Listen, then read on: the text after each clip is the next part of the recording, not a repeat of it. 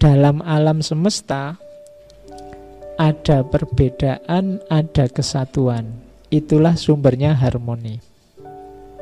Jadi selain perubahan, katanya Heraklitus, hidup ini punya hakikat oposisi, yang justru dari oposisi itulah muncul harmoni. Jadi kebalikannya, kita kan selama ini menganggap harmoni itu ada dalam keseragaman. Tidak. Harmoni itu ada ketika ada oposisi-oposisi. Harmoni itu kan kita sering mengartikannya serasi. Loh ya, kalau ndak ada oposisi, di mana menyebut serasinya? Kalau semua seragam ya ndak bisa disebut harmoni, itu kan selaras. Nah, hidup ini isinya oposisi dan harmoni. Ya pertentangan, ya kesatuan. Kamu bisa kenyang kalau ada rasa lapar. Kalau ndak ada lapar, ndak ada kenyang. Ada tua karena ada muda. Kalau ada orang kaya berarti ada orang miskin. Jadi ini kan oposisi-oposisi, miskin, kaya, presiden, rakyat. Di situ ada lagi tua, muda, besar, kecil. Ini kan oposisi-oposisi. Dari situ terbangun harmoni. Kalau semuanya rakyat, semuanya kaya, semuanya muda, tidak akan ada tua. Bahkan muda itu sendiri juga tidak ada. Kalau semuanya rakyat, ya rakyat itu sendiri hakikatnya tidak ada. Kalau semuanya sehat, sehat itu sendiri tidak ada. Karena untuk ada sehat, butuh ada sakit. Jadi itulah oposisi dan harmoni. Maka jangan mengeluh kalau pas lagi sakit. Kalau kita sakit itu menunjukkan bahwa kita ini ya manusia biasa ternyata. Masih bisa sakit. Ternyata kita ini lemah. Tapi hikmahnya banyak kan sakit itu. Gitu. Dengan adanya sakit kita kenal namanya sehat. Kalau tidak ada sakit, tidak ada sehat. Rumah sakit tidak ada gunanya. Apotek buat apa? Fakultas kedokteran ditutup saja. Lah iya kan? Karena ada sakit inilah banyak hal bisa berputar secara harmonis. Jadi antara harmoni dan oposisi. Hidup ini saling melengkapi, dialektis. Ngaji ini ada saya, ada kalian. Ada saya saja nggak jalan, ada kalian saja ya paling ngobrol. Sama-sama mutual, saling melengkapi. Bahkan tidak cuma dua, masih ada takmirnya lagi, butuh masjidnya juga butuh. Jadi hidup ini selain berubah juga saling berlawanan. Cuma dari perlawanan-perlawanan itu muncul harmoni. Jadi seimbang. Kalau ada temanmu jahat, jelek, ya jangan kesusu dimarahi, ya diperbaiki pelan-pelan. Tapi setidaknya dengan jeleknya dia, kebaikanmu jadi muncul. Iya kan? Kalau semua baik, baikmu tidak akan kehitung. Tapi karena ada yang jelek, baikmu jadi kelihatan. Jadi di antara gunanya kegelapan itu apa? Cahaya jadi penting. Kalau tidak ada kegelapan, tidak ada gunanya cahaya. Wong tidak ada kegelapan. Itu harmoni dan oposisi. Oke. Kalau kemarahan tidak ada, kesabaranmu tidak ada artinya. Jadi kesabaran itu mulia karena ada namanya kemarahan. Dan ini saling mengimbangi, saling harmoni. Inilah logika harmoni dan oposisi. All things, yang kedua, all things come into being by conflict of opposite. segala sesuatu muncul karena oposisi-oposisi. Opposition bring concord, out of discord come various harmony. Jadi oposisi itu membawa kenyamanan, kesesuaian, dan discord itu kemelesetan, konflik membawa pada harmoni. Jadi maksudnya apa? Hidup ini dialektis. Kita menghadapi apa, menghasilkan apa. Jadi kita pinginnya belajar, tapi juga bebas berpikir, tapi juga ada tuntunannya, ada terus lahir ngaji yang filsafat. Yo ngaji tapi yo filsafat. Itu kan semula orang bingung dengan istilah ini. Ini istilahnya agak oposisi, tapi karena oposisi inilah nanti lahir sesuatu yang baru. Kalau ndak ada oposisi, yo ngaji saja. Kan banyak yang komentar, ngaji itu ya Quran, mosok ngaji filsafat. Lu bener, ngaji ya Quran ya apik. Cuma kalau begitu ndak lahir sesuatu yang baru. Lahir sesuatu yang baru itu kalau ada yang oposisi, saling didialektikakan. Kamu mungkin ndak jadi bijaksana kalau dapat teman baik terus. Kebijaksanaanmu keluar ketika kamu berdialektika dengan temanmu yang kurang ajar, yang nakal, sakarepe dhewe. Di rumah kamu tidak bijaksana karena di rumah kamu jadi objek nasihatnya orang tuamu. Kamu begitu di kos-kosan dapat teman yang nakal, sekarang kamu posisinya jadi yang ngasih nasihat. Mbok kamu itu jangan gini, mbok kamu jangan gitu. Padahal di rumah kamu tiap hari dimarahi kayak gitu sama orang tuamu. Ya kan?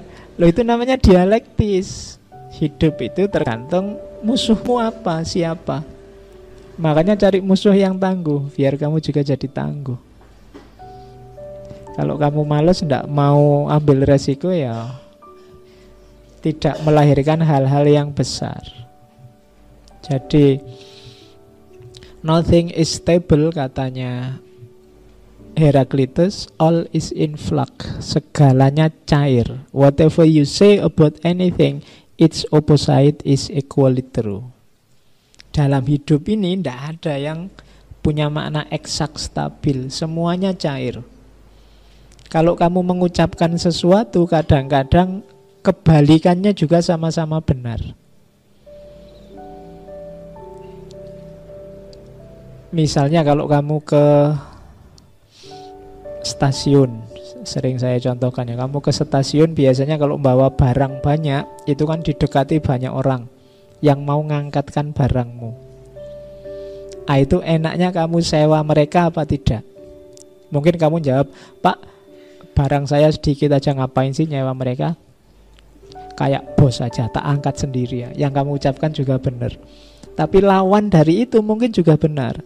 Barang saya sedikit sih Pak, tapi saya mau biar mereka yang angkat. Kasihan mereka kalau nggak ada yang nyewa mereka nggak dapat apa-apa seharian ini. Loh, lawannya juga benar.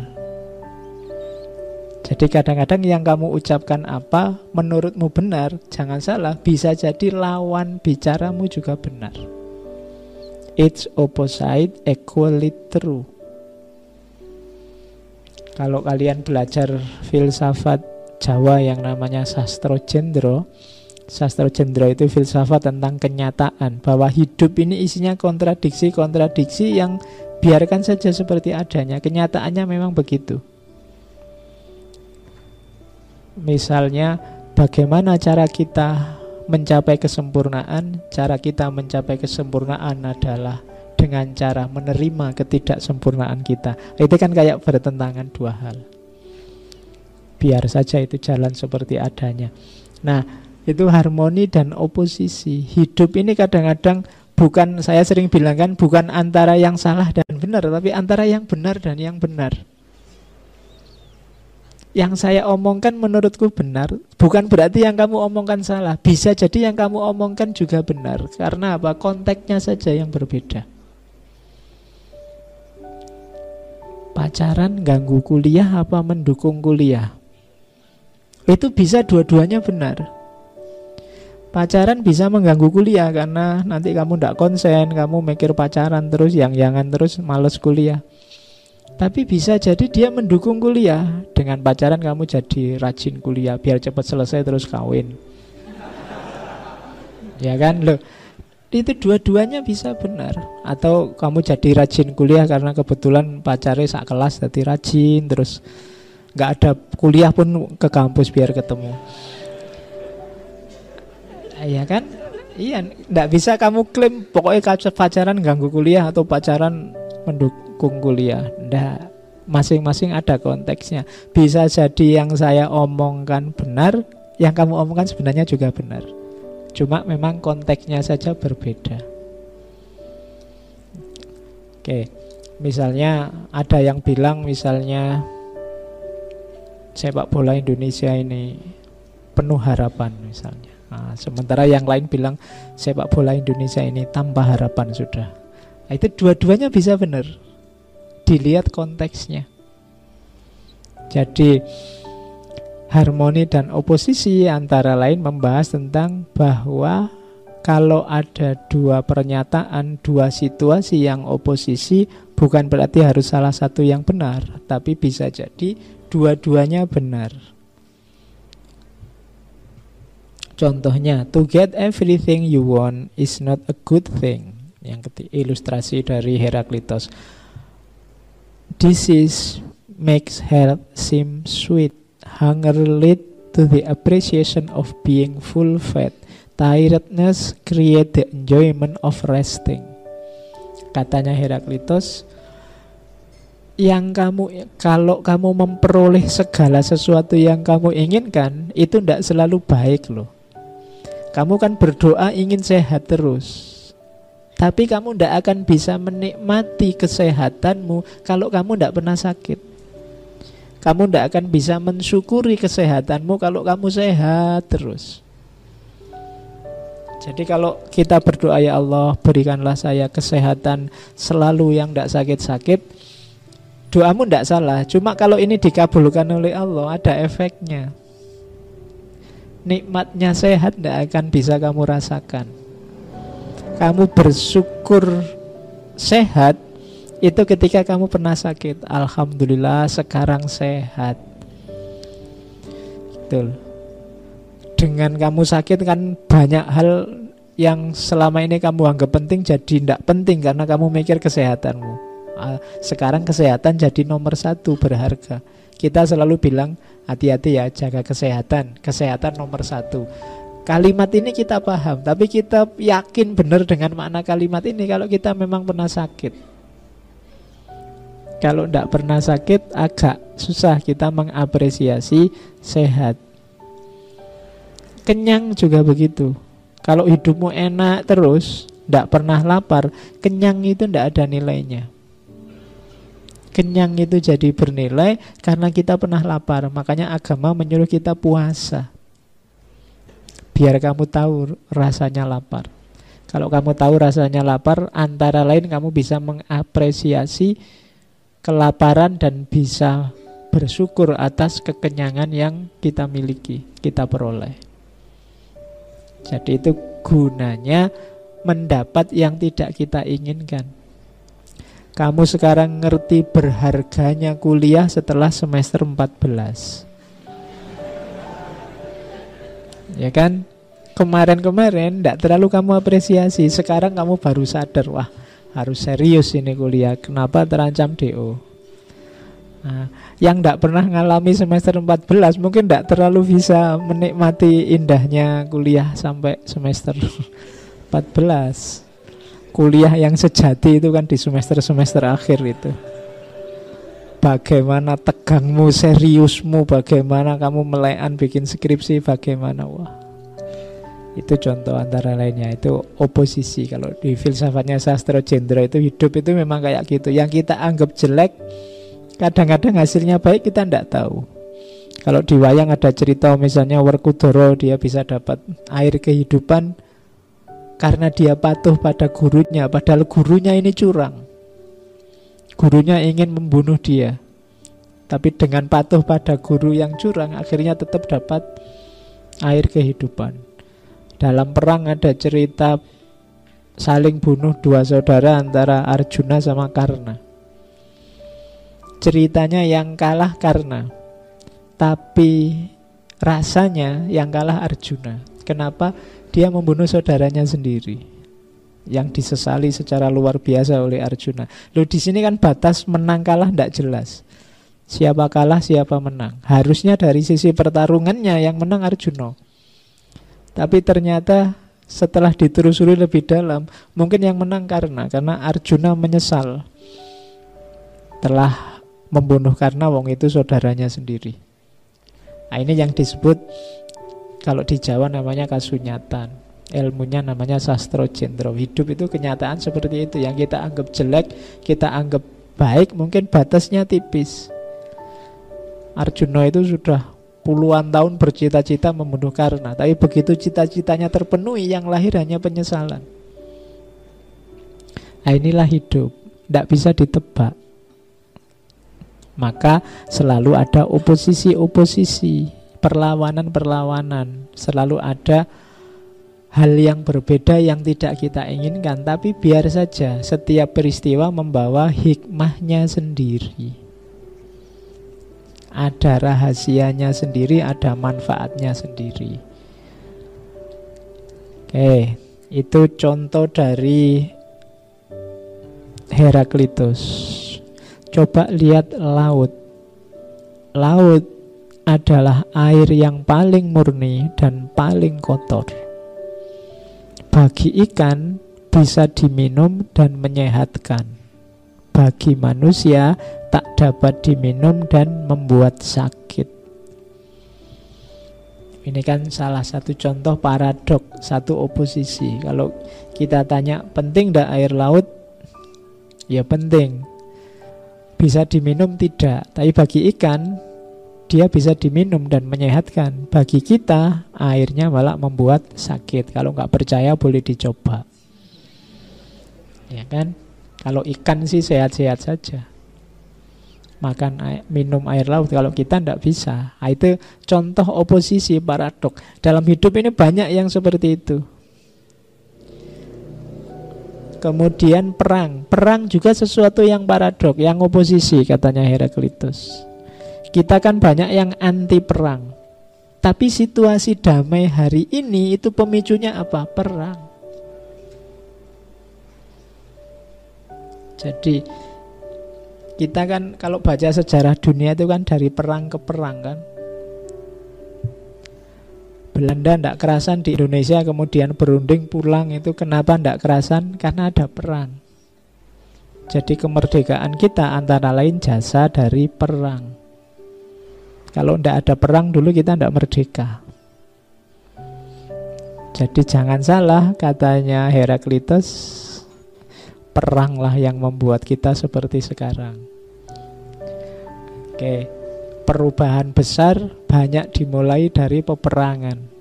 Ini kan paradok, oposisi. Padahal selama ini kita anggap perang itu sesuatu yang harus dihindar-hindari. Tapi dalam sejarah justru munculnya kerjasama, munculnya keadilan, munculnya tekad untuk damai itu karena ada perang.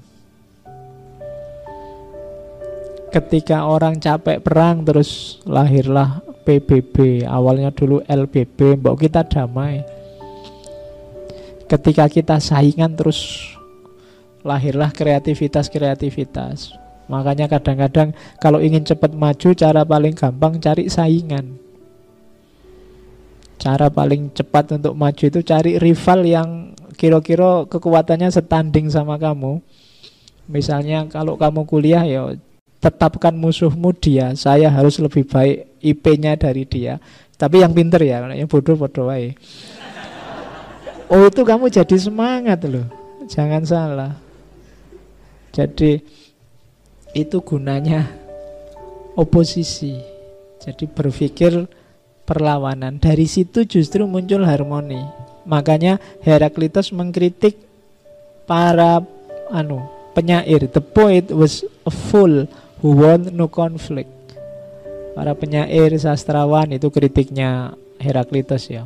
kok kayak orang bodoh ya, masa ndak ingin konflik. Justru dari konflik itu kita maju berkembang. Kalau ndak ada konflik, kita ndak maju-maju, dianggap aman saja, dianggap nyaman saja.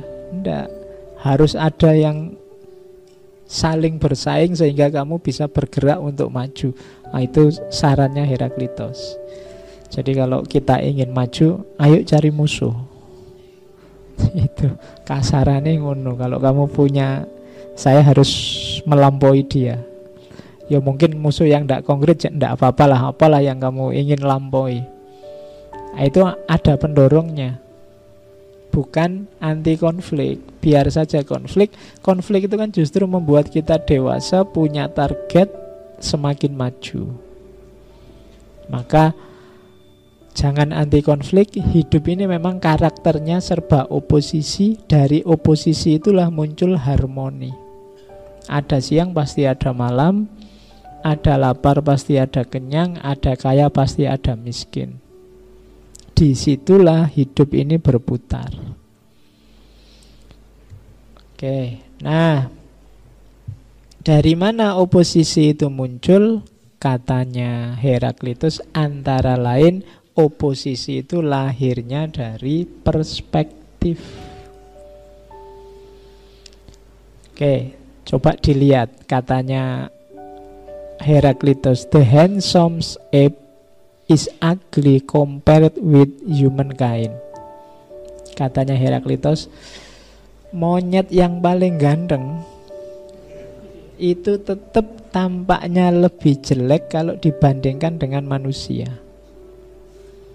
The wisest man appears as an ape when compared with a god. Manusia paling bijaksana akan tampak seperti monyet kalau dibandingkan dengan Tuhan. Seperti monyet tadi maksudnya levelnya. In wisdom, in beauty, and in all other ways. Jadi maksudnya apa? Baik buruk itu ya sama, adanya dalam perbandingan. Dia tidak pernah sendirian. Kamu baik atau jelek itu kan diperbandingkan. Kamu merasa orang baik, tapi kalau tak bandingkan dengan dia, kamu tidak ada apa-apanya. Kamu merasa jahat, tenang aja, masih banyak yang lebih jahat. Si Ono Fir'aun, Hitler, dan kawan-kawan. Jadi oposisi itu sebenarnya isinya perspektif-perspektif. Bagaimana kamu melihat? Sama kayak tadi, monyet paling ganteng itu tetap lebih menang kita yang manusia. Kenapa? Karena yang memahami kita manusia. Tapi mungkin bagi monyet, manusia yang paling ganteng sekalipun akan tampak jelek dibandingkan dengan keluarganya monyet. Makanya kan tidak ada monyet kok jatuh cinta sama manusia, ngejar-ngejar manusia, kan tidak ada. Tetap dia ngejar-ngejar monyet. Kenapa? Perspektif. Jadi oposisi-oposisi itu lahirnya dari cara pandang kita. Baik buruk, hitam putih, siang malam. Nah, itu nanti ada hubungannya dengan perspektif. To God all things are beautiful, good and right. Man on the other hand deem something right and others wrong.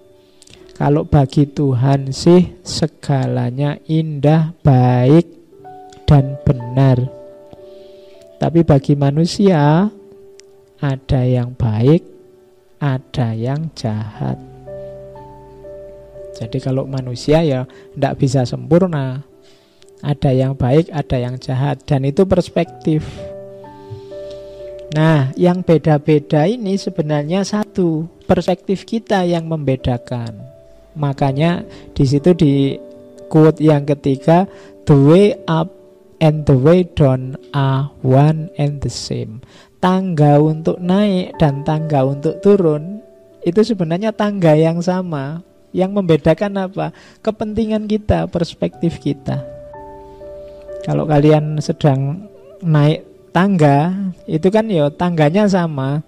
Pas kamu lagi turun, dia namanya tangga untuk turun. Tapi kalau kamu sedang ingin naik, tangga ini jadi tangga untuk naik. Tangganya sama, cuma bunyinya bisa beda. Kenapa? Kepentingan kita yang beda, perspektif kita yang beda. Kalau kamu misalnya nyuruh aku mbok dipinjemi tangga untuk naik, terus besok aku pinjam lagi ya, tapi tangga untuk turun, itu tonggomu mesti bingung. Kenapa? Ya karena tangga untuk naik sama tangga untuk turun itu sebenarnya tangga yang sama. Hanya cara kita memakainya, perspektif kita yang membuat tangga itu jadi berguna untuk naik atau berguna untuk turun. Jadi kuncinya hanya di perspektif. Jadi oposisi tadi sebagian kuncinya ada di perspektif. Oke. Yang terakhir itu tadi sudah banyak dicontohkan ya. It's by disease that health is pleasant. Karena adanya sakit maka sehat itu jadi menyenangkan. Karena adanya kejahatan maka kebaikan itu jadi menyenangkan. Karena adanya kelaparan maka kenyang itu membahagiakan. Karena adanya capek lah maka istirahat itu jadi menyenangkan, membahagiakan. Jadi jangan mengeluh dengan kesulitan, ketidakenaan, ketidaknyamananmu, karena bisa jadi itulah gerbang untukmu bisa menikmati kenyamanan, rasa enak, dan rasa nikmat. Kalau ndak ada itu ndak. Kayak kalau kalian makan itu loh, ketika diawali lapar kan makan apa saja jadi enak. Jadi ternyata enaknya makanmu ditentukan oleh penderitaanmu sebelum makan. Ya kan? Kalau ndak ada laparnya, ndak ada penderitaannya, makan seperti apapun mungkin jadi ndak enak. Misalnya kamu sudah awal piring pertama itu diawali dari lapar, jadi nikmatnya luar biasa. Terus kamu serakah, makan piring yang kedua. Enaknya piring kedua ini paling tinggal setengah. Kamu lebih serakah lagi, mungkin karena ada yang neraktir. Terus kamu nambah piring ketiga. Hati-hati, di piring ketiga ini kamu blunder, bisa makanan yang semula terasa enak bisa jadi bencana. Jadi ternyata kenikmatan itu ada di suapan pertama. Oh ini kamu harus ngatur strategi. Kadang-kadang kalau kamu makan yang paling enak, kamu makan awal apa akhir? Akhir. Ketika kamu makan akhir, enaknya tinggal separuh. Kenapa? Kamu sudah kenyang. Jadi misalnya lauknya ada tempe, tahu, ayam. Biasanya ayamnya terakhir ya. Iya. Padahal ganas-ganasmu nikmat makan itu di suapan-suapan awal ketika kamu lapar. Tapi ketika ayamnya kamu makan belakangan, ya enaknya tinggal separuh. Atau disimpan aja ayamnya buat nanti kalau sudah lapar lagi. Oke, jadi yo makan harus ngatur strategi. Yo meskipun jangan tertipu, nanti dianggap ayam ternyata lengkuas. Kamu sudah mengatur energi biar gongnya enak, ternyata keliru. Oke, itu juga oposisi namanya.